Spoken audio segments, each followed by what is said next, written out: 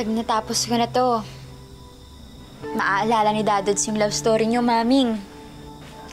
Lahat ng napuntahan yung lugar sa kayang motor na to, matatauhan siya. Titigilan niya rin yung Beverly na yun.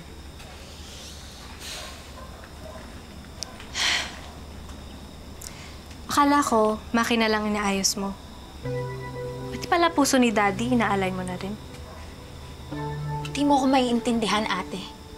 Aya, kinikilala lang ni Dadods at ni Tita Beverly ang isa't isa. At kita ko na masaya si Dadods. Walang makakapantay sa pagmamahal ni Maming kay Dadods. Kaya yung feelings ni Dadods para dun sa Beverly na yun, mali yun. Aya, sino ka ba para manghusga ng tama at maling pagmamahal? At bakit ba pinipigilan mo si Dadods na sumubok magmahal ulit? Ikaw ba, nagmahal ka na ba?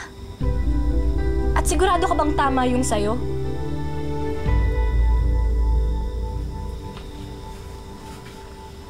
Ayoko nakikita nag-aaway kayo dahil sa akin.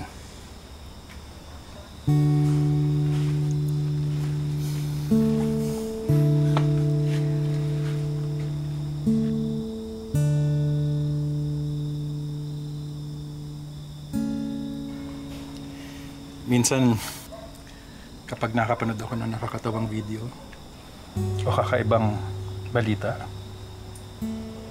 bumabaling akong ganito para i-share yung naririnig ko.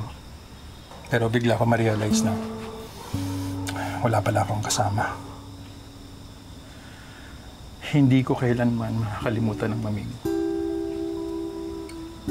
At hindi ako maghahanap ng kapalit niya. Pero syempre, balang araw, aalis kayo dito. Bubuo kayo ng sarili niyong pamilya. Tapos maiwan ako dito. Ayokong maiwan at tumanda mag-isa.